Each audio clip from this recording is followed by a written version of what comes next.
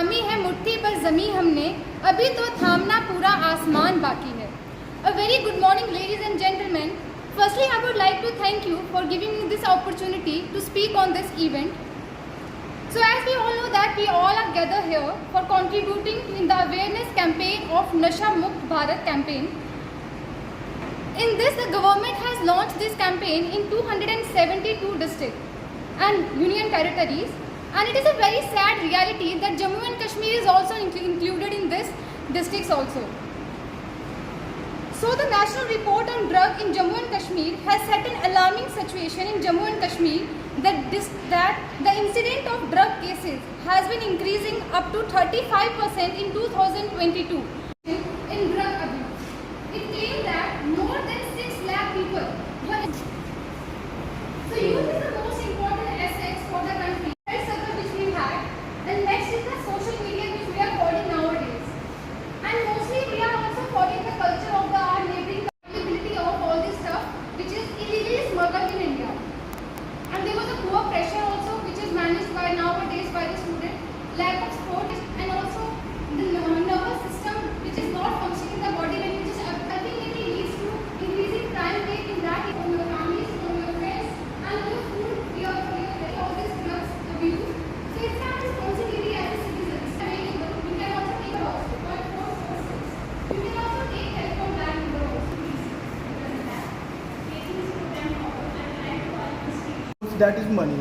In addition to this, they are also affect the respiratory system, causing asthma, coma and brain hemorrhage. There are many ways to overcome and reduce the effect of the drugs and its substances use. Some of the curative methods are medicine through rehabilitation, psychology development, that is yoga, and family along with peer sports. Yoga is a natural and the effective way to throw away the drug addictions. With strong determination and the focus, we can avoid the drug addiction. Thank you, Vivek. Now taking this further forward, I don't think anybody else gave the names, so I'll be taking it further ahead and I'll be explaining certain points, certain geographical things that leads to India being on the top rally for drug abuse.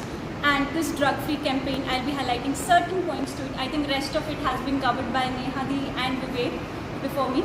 So yeah, taking ahead, what are basically drugs? Drugs are the psychotropic substances that directly affect our central nervous system. As Nehadi was already telling us that after the consumption of drug, we have seen that the crime rates do increase. Why? The certain spike in the crime rate is seen after the consumption of drugs, because the drugs lead to the failure of the central nervous system. We are not in the senses to respond to something. Now I'm normally standing here in front of you. I'm giving my body external stimuli. I'm pinching myself, so I'm getting it that I'm pinching myself. If somebody else does something to me, that also I'll be reckoning it. But when we are under the influence of the drug, what happens is our receptors stop giving signals to the brain, which we're not getting any signals, we're not in our senses, and we do not know what we are doing. So that we could be committing a crime or somebody could be doing something to us.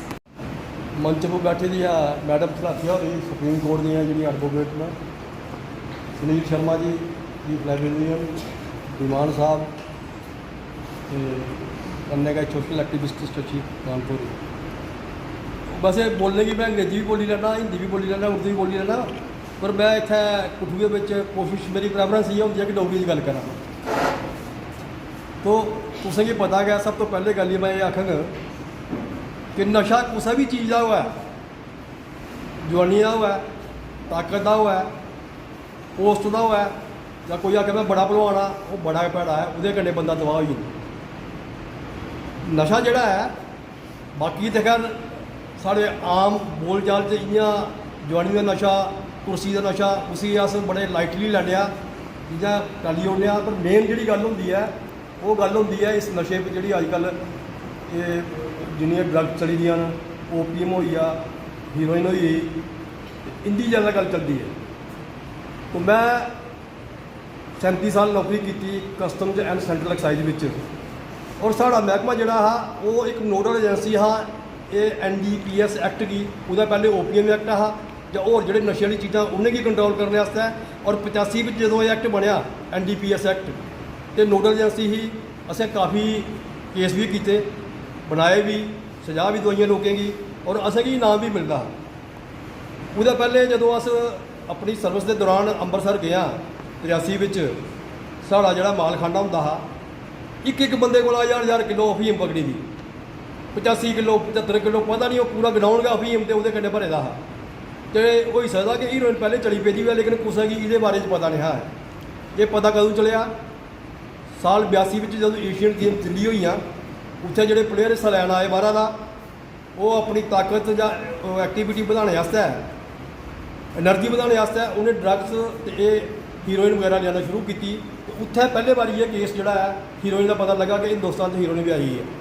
ਉਸ ਵੇਲੇ ਪੂਰੀ ਦੁਨੀਆ 'ਚ ਹਾਹਾਕਾਰ ਮਚੀ ਆ। America ਤੇ ਹਿੰਦੁਸਤਾਨ ਨੇ ਆਪੇ 'ਚ meeting ਕੀਤੀ ਕਿ ਇसी ਕਿਵੇਂ ਰੋਕਿਆ ਜਾ ਤਾਂ ਉਹਨੇ ਉਸ ਵੇਲੇ NDPS act narcotics and psychotropic substances act pass ਕੀਤਾ 1985 ਵਿੱਚ ਜਿਹਦੇ ਵਿੱਚ ਉਹਨੇ ਸਜ਼ਾ ਦਾ ਬੜਾ ਕਠੋਰ ਪ੍ਰਾਵਧਾਨ ਕੀਤਾ ਕਿ ਜਿਹੜਾ ਵੀ ਬੰਦਾ ਇਹ ਚੀਜ਼ਾਂ ਲਈਏ ਪਕੜੋਇਆ ਜਿਹਦੇ ਕੋਲ ਇਹ ਚੀਜ਼ਾਂ ਲੱਭੀਆਂ ਕੈਰੀਅਰ ਹੋਇਆ ਕੰਜ਼ਿਊਮ ਕਰਦਾ ਹੋਇਆ ਉਸ ਦੀ ਘੱਟ ਤੋਂ ਘੱਟ 10 ਸਾਲ ਦੀ ਸਜ਼ਾ 1 ਲੱਖ ਰੁਪਏ ਜੁਰਮਾਨਾ। ਅਸ ਸਾਡੀ ਵੀ ਪੋਸਟਿੰਗ ਬਾਰਡਰ ਹੋਈ ਅਸੀਂ ਪਤਾ ਨਹੀਂ ਚੱਲਦਾ ਕਿ ਹੀਰੋਇਨ ਕਿਹੜੀ ਹੈ ਤੇ ਵਿਟਾਮਿਨ ਬੀ ਪਾਊਡਰ ਕਿਹੜਾ ਹੈ ਵਿਟਾਮਿਨ ਬੀ ਕੰਪਲੈਕਸ ਕਿਹੜਾ ਹੈ।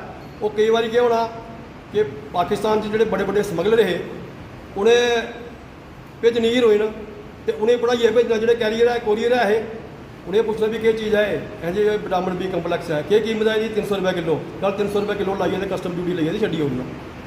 ਆਪਣੇ ਕੋਲ ਵੀ ਬੜੀਆਂ ਗਲਤੀਆਂ ਕਿਉਂਕਿ ਉਸ ਚੀਜ਼ ਦਾ ਨਹੀਂ ਪਤਾ ਹੋਇਆ ਤੇ ਕੁਝ ਵੀ ਨਿਕਲੀ ਆ ਕਰਦੇ ਡਰੱਗ ਟੈਸਟਿੰਗ ਕਿੱਟ ਆਈ ਹੈ ਸਾਰੇ ਹੀ ਸਪਲਾਈ ਹੋਈ ਹੈ ਸਾਡੇ ਬਾਰਡਰ ਵੀ ਆਈ ਹੈ।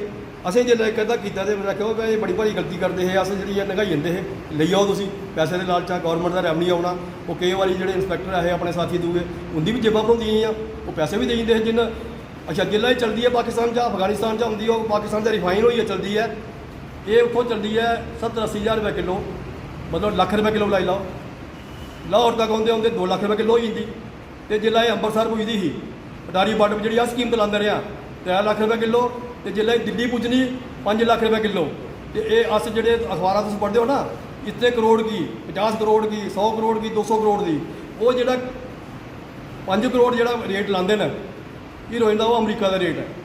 ਅੱਛਾ ਇਹ ਇੱਕ ਐਸੀ ਚੀਜ਼ ਹੈ ਇਹਦੇ 'ਚ ਜਿੰਨੀ ਮਰਜ਼ੀ ਮਿਲਾਵਟ ਕਰਦੇ ਜਾਓ ਪਾਊਡਰ ਕਿਲੋ ਲਿਆਂਦਾ ਭੈਣ ਸਵਾਹ ਪਾਈ ਉਹਦੇ ਵਿੱਚ ਮੈਦਾ ਪਾਈ ਉਹਨੂੰ ਆਟਾ ਪਾਈ ਉਹਨੂੰ ਜੋ ਮਰਜ਼ੀ ਵੱਧੇ ਜਾ ਕੇ ਕਿਉਂਕਿ ਪ੍ਰੋਫਿਟ ਕਮਾਉਣ ਵਾਸਤੇ ਬੰਦਾ ਕੀ ਨਹੀਂ ਕਰਦਾ ਮਿਲਾਵਟ ਕੁਛ ਨਹੀਂ ਕਰਦਾ ਸਰ ਜੋ ਵੀ ਹੈ ਉਹਦੇ ਬਾਅਦ ਅਸੀਂ ਬੜੇ ਚੁਕੰਨੇ ਹੋਈ ਹੈ ਔਰ ਮੈਨੂੰ ਯਾਦ ਹੈ ਕਿ ਅੰਮ੍ਰਿਤਸਰ ਆਉਂਦੇ ਪਹਿਲਾਂ ਇੱਕ ਮੁਹੰਮਦ ਰਫੀਕ ਨਾਂ ਦਾ ਬੰਦਾ ਹੈ 450 ਗ੍ਰਾਮ ਉਹਦੇ ਕੋਲ ਆ ਬਰਾਊਨ ਸ਼ੂਗਰ ਪਕੜੀ ਜਿਹੜੀ ਕਿ ਉਹਨੇ ਆਪਣੇ ਪ੍ਰਾਈਵੇਟ ਪਾਰਟ 'ਚ ਛੁਪਾਈ ਸੀ ਉਹਦੇ ਵਿੱਚ ਕੇਸ ਮੈਂ ਲੜਿਆ ਉਹ ਸਾਰਾ ਕੇਸ ਜਿਹੜਾ ਡਰਾਫਟ ਕੀਤਾ ਐਡੀਸ਼ਨਲ ਸੈਸ਼ਨ ਜੱਜ ਦੇ ਕੋਰਟ 'ਚ ਉਸ ਪਹਿਲਾ ਕੇਸ ਇੱਕ ਐਸਾ ਹੈ ਜਿਹੜਾ ਰਿਕਾਰਡ ਟਾਈਮ ਵਿੱਚ ਇਹ ਪੂਰੇ ਇੰਡੀਆ 'ਚ ਪਹਿਲਾ ਕੇਸ ਲੜਨ ਦੀ ਛੋਟੇ ਪੂਰੇ ਹਿੰਦੁਸਤਾਨ 'ਚ जिसी 10 साल की सज़ा 1 लाख रुपये जुर्माना आता है। हिंदुस्तान में हम इसको we can use it in very different forms. हम गांजा, अफीम, चरस इसके नाम से कहते हैं। I will not get into the details of the NDPS Act of 1985. मैं सिर्फ 2 लाइनें कहना चाहूँगी NDPS Act के बारे में। As per the NDPS Act, which is called the Narcotics, Drugs and Psychotropic Substances 1985 का ये जो एक्ट है इसमें कुछ चीज़ें कुछ हद तक आपको कैनबिस की कुछ चीज़ें अलाउड है बेचना और यूज़ करना और कुछ चीज़ें अलाउड नहीं है। Now with so many such massive laws in this country, उसके बावजूद भी the United Nations की रिपोर्ट कहती है कि 70 करोड़ से ज़्यादा जो इंडियंस हैं they are using drugs. तो where exactly are we going wrong? अगर 70 करोड़ से ज़्यादा हिंदुस्तानी आज भी यूनाइटेड नेशंस की रिपोर्ट के हिसाब से ड्रग्स ले रहे हैं तो कहीं ना कहीं we as a society have failed. Now where as a society have we failed? आपने कभी सोचा है?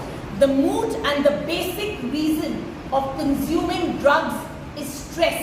हर कोई इतना stress लेता है that the best way they find possible is to get rid of the stress is through drugs. Kathua में आज नो ड्रग्स के ऊपर एक अवेयरनेस कैंपेन को शुरू किया गया जैसा कि हम सब जानते हैं कि Jammu Kashmir honourable LG administration द्वारा ये सख्त हिदायत दी गई है जितने भी सरकारी और गैर सरकारी इदारे हैं वो इस कैंपेन को इनिशिएट करें। तो उसी क्रम को आगे बढ़ाते हुए आज हमने इस कैंपेन को कठुआ लाइब्रेरी के अंदर शुरू किया है, जिसमें कठुआ लाइब्रेरी के तमाम सदस्यों ने भाग लिया। और आज के इस कार्यक्रम में जो हमारे मुख्य अतिथि थे श्रीमान ML तूफान जी थे जो रिटायर्ड IRS ऑफिसर है, उनके साथ एडवोकेट अपू सिंह सलाथिया जी थे जो सुप्रीम कोर्ट के एक वरिष्ठ एडवोकेट हैं, उनके साथ हमारे कठुआ के जाने माने समाज सेवक शशि शर्मा जी थे, साथ में उनके कठुआ के पोइट श्रीमान धीमान जी थे। तो उनका आज का जो कार्यक्रम का मकसद था युवाओं के अंदर एक नशे के दुष्प्रभाव के प्रति लोगों को जागरूक करना, ताकि हमारी नौजवान पीढ़ी इससे दूर रहे। तो मैं तमाम नौजवान पीढ़ियों से यह आग्रह करना चाहता हूँ कि ऐसी चीज़ों से दूर रहें, क्योंकि आप चाहे जितने भी शरीफ हो, जितने भी मासूम हो, लेकिन अगर आप किसी भी प्रतिबंधित वस्तु का सेवन करते हैं, जो बैंड ड्रग्स है उसका अगर सेवन करते हैं, तो आप क्रिमिनल माने जाओगे। समाज के लिए, कानून की नज़र में और देश की नज़र में आप क्रिमिनल माने जाओगे, क्योंकि यही एक्टिविटीज़ जो होती हैं वो जितनी भी आज क्रिमिनल समाज के अंदर एक्टिविटीज़ हो रही है वो इसी को बढ़ावा देती हैं।